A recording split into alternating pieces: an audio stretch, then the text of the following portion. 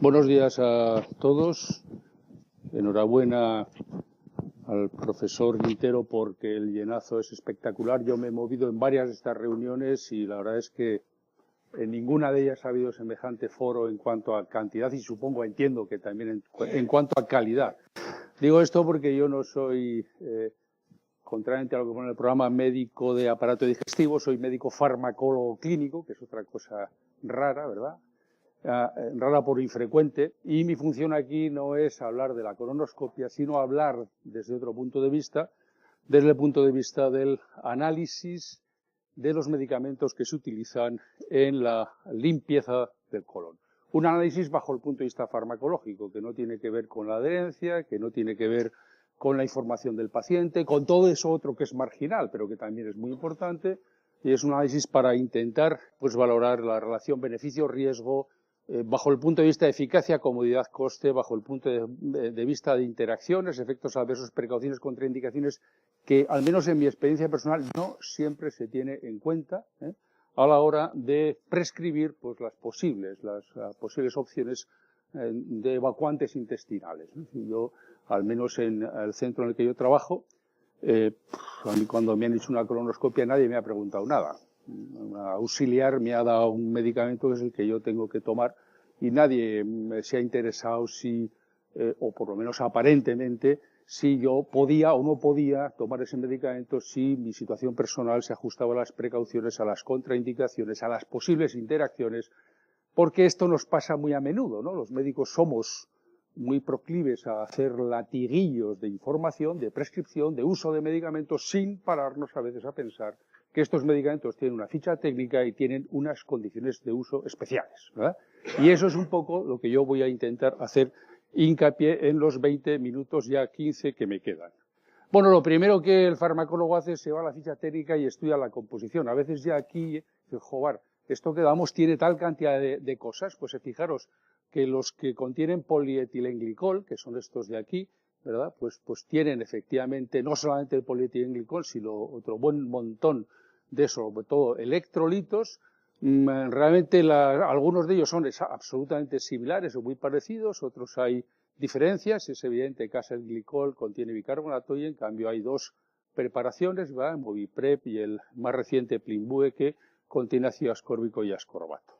Nada que ver con otras opciones posibles, también válidas, como no, que no contienen nada de lo dicho y que en cambio contienen otros medicamentos donde destaca fundamentalmente como principios activos el picosulfato sódico, principio activo que luego os comentaré alguna curiosidad al respecto, ¿verdad? Que de uso muy habitual, desde luego aquí también en alguna otra indicación, y el óxido de magnesio o el citrato de magnesio, porque también tiene ácido cítrico en su conjunto, ¿verdad? Nada que ver una composición con otra y, por tanto, nada que ver unas propiedades con otras. Simplemente, puesto que es un medicamento nuevo, poneros aquí la nueva formulación de polietilenglicol con ácido ascórbico, ¿verdad? Ya veis que se diferencia claramente de la antigua en sus componentes, sobre todo ácido ascórbico y ascorbato, y que efectivamente es una formulación, para el que no lo sepa, que se puede administrar en menor volumen. Bien, nueva formulación. ¿Esa nueva formulación se basa en algo? Pues sí, claro, hay ensayos clínicos pivotales. Bien sabéis que ahora las agencias regulatorias no admiten la comercialización de ningún medicamento donde exista la más mínima duda sobre su eficacia. Estos han hecho los ensayos clínicos correspondientes. Yo no os voy a cansar con números porque además la mayor parte de ellos los tengo que leer despacio porque esas variables yo no manejo, vosotros sí, pero quiero llamar la atención de que hay P's, ¿no? P menor B, que sabéis que significa que las diferencias no están motivadas por el azar, sino que están motivadas por alguna otra cosa, supongo, seguramente, por el medicamento que se ha utilizado, puesto que en principio es un ensayo randomizado, ¿no? Además, esto respecto a la formulación convencional, el Moviprep, llamémoslo así, además parece que la tolerabilidad, seguridad, etcétera, son comparables. Bien, polietilenglicol, ¿qué es esto? Pues es algo que usamos desde en cosmética hasta para administrar interferón pegilado en el virus C, ¿no? Es decir, es polietilenglicol, que es una condensación de etilenglicol, que es una molécula muy chiquitina, que la repetimos n veces. Fijaros, para dar uno de 4 kilodaltons, pues hay que meter 90, uno detrás de otro, que al final es una molécula que tiene un elevado tamaño molecular, y que supone que no se absorba. Este es un ensayo de estos que ahora ya no te dejan hacer, donde al voluntario sano se le pone una sonda nasogástrica, se le mete el polietilenglicol, se mide polietilenglicol en orina y se ve que no hay polietilenglicol en orina. Si no hay polietilenglicol en orina es que no se ha absorbido, porque cuando lo ponemos por vía intravenosa uno es capaz de recoger hasta casi el 100% en la orina. Si no hay en la orina y lo he dado, pues que no se ha absorbido. Y si no se ha absorbido, lo que va a suceder es que, bueno, pues va a tener un efecto osmótico. Bien, cuando uno produce un efecto osmótico, pues produce una eliminación, un aumento de la eliminación fecal de agua, de sodio, de potasio y también de cloro bicarbonato, que se intercambia, ¿no? Cloro negativo, bicarbonato negativo. En el intestino se produce una reabsorción para intentar limitar la eliminación de cloro, ¿no? Por eso los preparados con polietilenglicol contienen en su formulación esos electrolitos que hemos visto al principio, en ese intento de evitar que sí que se produzcan unas heces líquidas, pero que se pierda la menor cantidad posible de iones, ¿no? En el caso del casenglicol, además, para evitar esta pérdida o reponer esta pérdida de bicarbonato, se utiliza el bicarbonato, y en el caso del Movipred y del Plimblue se utiliza ácido ascórbico ascorbato en cantidades distintas en cada uno de ellos.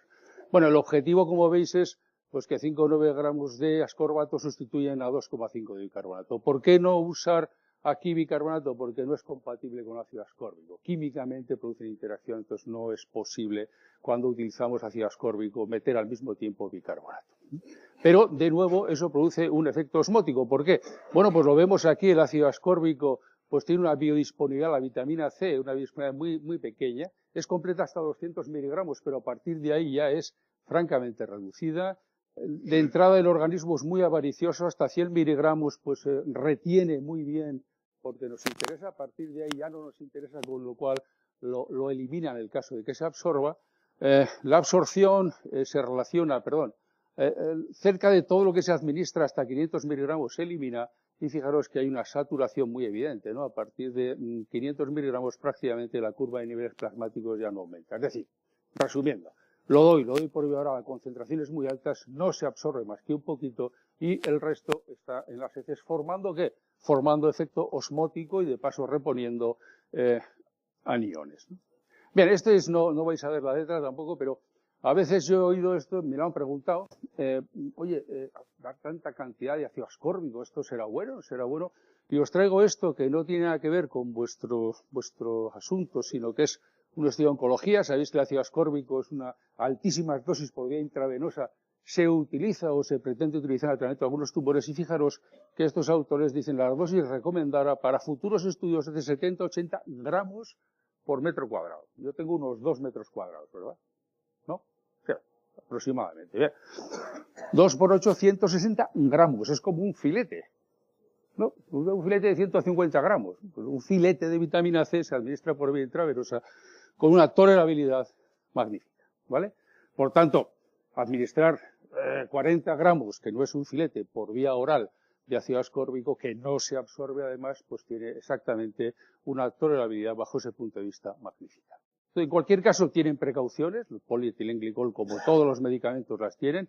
Estos son algunos efectos adversos.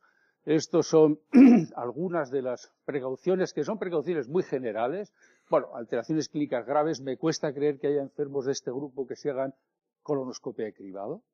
Es posible que necesiten una colonoscopia electiva porque les pase algo, pero el cribado supongo yo que es difícil encontrarlos.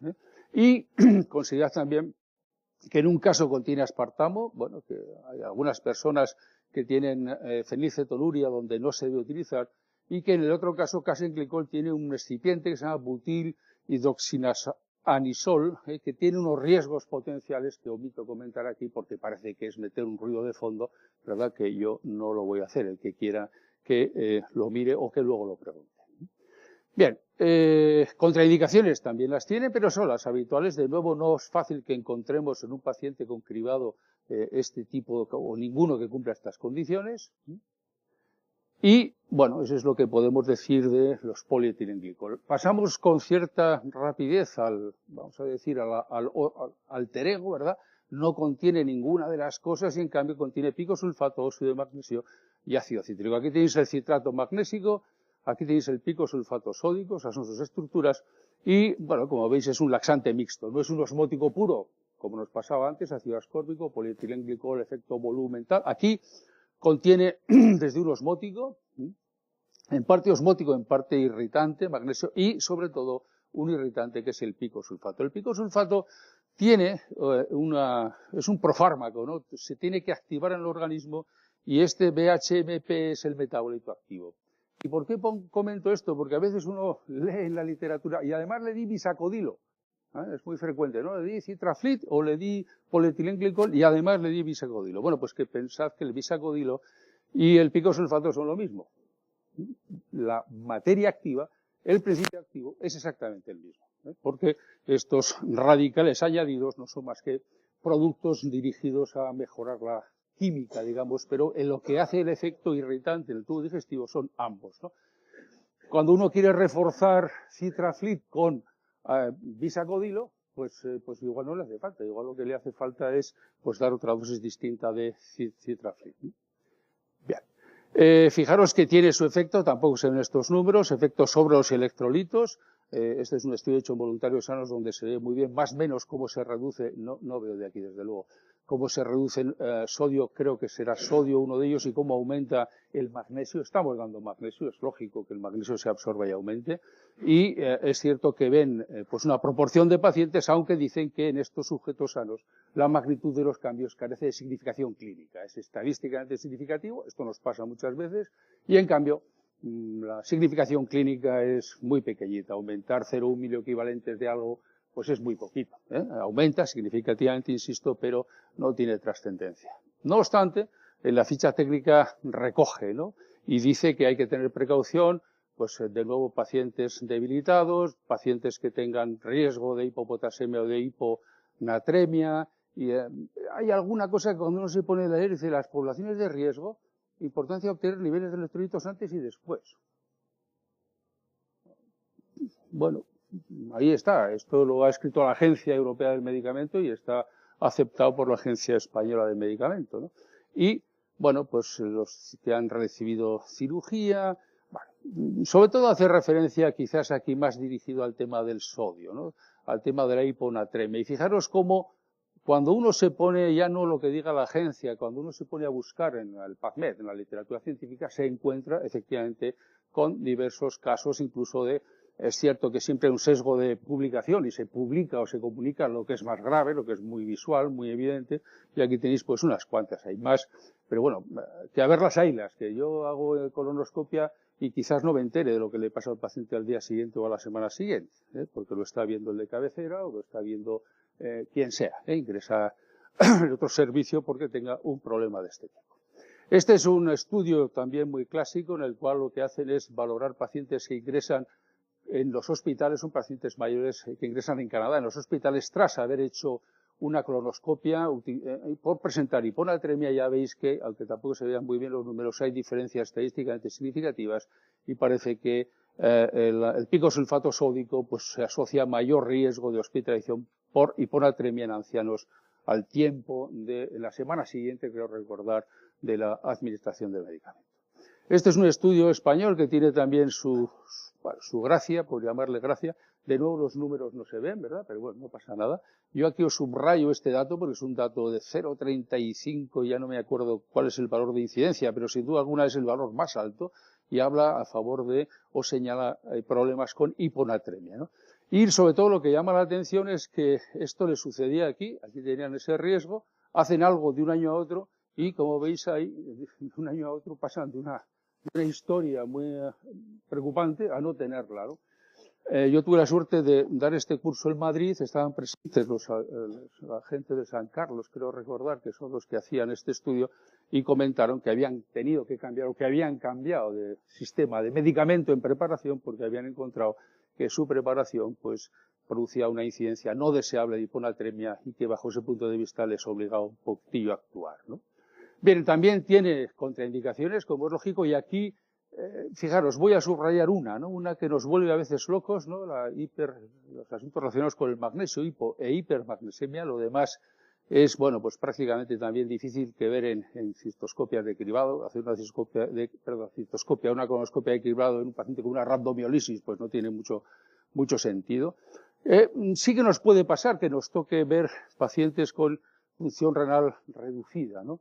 Y ahora os comentaré algún asunto. Estos son, de nuevo, pues fijaros, riesgo de hipermagnesemia en relación con el uso de, lógicamente, evacuantes que contienen magnesio. Si no lo contiene, va a ser difícil que se presenten este tipo de escenarios. Pero bueno, fijaros que, como siempre he dicho antes, sesgo de comunicación, pero aquí se encuentra uno fatal, letal, que, joder, bueno, seguramente es absolutamente excepcional en relación con los millones de dosis utilizadas, pero a verlos hay. ¿No? Bueno, esto tampoco se ven los números, pero que afortunadamente, pues veis, este es un estudio también hecho por colegas nefrólogos que atienden a pacientes y cogen un grupo de pacientes que consultan en el hospital por cualquier causa no nefrológica, valoran la función renal a todos ellos y se encuentran con que, pues fijaros, entre el 3,3% de los pacientes entre 40 y 60 años y el 21,4% para los mayores de 64 años tienen insuficiencia renal, de algún tipo. Esta es una lectura interesante, ¿no? Interesante porque sabéis bien que el uso de magnesio en estos pacientes pues no es lo mejor del mundo, no es el mayor riesgo de que aparezca hipermagnesemia. Bien, no voy a comentar, simplemente comentar de nuevo pues que también se ha hecho un ensayo pivotal de esta nueva formulación de ácido ascórbico con polietilenglicol con respecto a la clásica de citraflit, ¿no? Veis que también aquí aparece alguna diferencia estadísticamente significativa en el caso de la eficacia y también señalan que existe alguna diferencia en el caso de la tolerabilidad, pero en este caso parece que hay más efectos adversos en la nueva formulación que en la formulación vieja. El paciente recibe tratamientos de todo tipo, y esto hay que verlo con respecto al riesgo de interacciones, ¿no? Bueno, aquí hay algunos que son genéricos de cualquier laxante, es que el día que estamos utilizando estos evacuantes, la absorción de los fármacos por vía oral de todos los que tome puede verse afectada, ¿no? Aumenta muchísimo la velocidad de tránsito intestinal y sobre todo las formulaciones retardadas, etcétera. Hombre, ¿qué pasa por un tratamiento crónico que con tacrolimus o con ciclosporina si en un día un nivel se va al pimiento? Pues seguramente nada. Un nivel. Al día siguiente se retomará o no. Nadie se ha puesto a estudiar este asunto tampoco en serio y probablemente habrá una incidencia de morbilidad, de historias que suceden en relación no con el uso de evacuante, con la colonoscopia en general. Hay algunos otros más específicos, algunos de pregunta de Facultad de Medicina, como los que hago yo. Pues esto, la interacción con tetraciclinas, la interacción con fluorquinolonas. Bueno, ya empezamos aquí con los que producen hipopotasemia, diuréticos, esto ya es más complicado, corticoides, pues se utilizan bastante, ¿no? Diuréticos, aquellos que suponen un riesgo especial, digitálicos, y claro, ya empezamos a buscar AINES, los que producen secreción inadecuada, antidepresivos. Esto es ficha técnica, es decir, bueno, alguien convendrá, si optimizamos, por lo menos tenerlo en cuenta, por lo menos saberlo. Yo no digo si haya que cambiar o no haya que cambiar, pero por lo menos yo como paciente me gustará que me den la opción eficaz y la que menos riesgo tenga para mí, ¿no? Bien. Decía que terminaba y terminaba, al final la cosa no es tan difícil. Sí que es cierto que hay una serie de situaciones en rojo donde no se deben utilizar unos fármacos, en verdes no se puede utilizar y sin problemas, y en naranja serían pues situaciones que hay que utilizar con precaución, y lo mismo sucedería en el caso de las interacciones. Algún medicamento se puede utilizar sin problemas especiales, otros hay que tener pues un poco la consideración o la precaución de estudiar el caso. Y termino con la misma que he empezado, ¿no? ¿Cuál es mi opinión? Mi opinión es, aquí falta una frase, es decir, probablemente la eficacia no sea muy distinta, y por consiguiente, bajo el punto de vista de eficacia, la necesidad de utilizar un fármaco u otro, pues sea realmente indistinta, y en cambio, pues sí que conviene considerar en algunos pacientes, solo en algunos pacientes, que alguno de los medicamentos puede tener algún problemilla de uso mayor que los otros, ¿no? Es decir, no es una cuestión, o no es un tema donde haya que hilar muy fino, es un tema que se puede valorar de una forma global, pero que sí que conviene conocer para evitar posibles disgustos. Muchas gracias.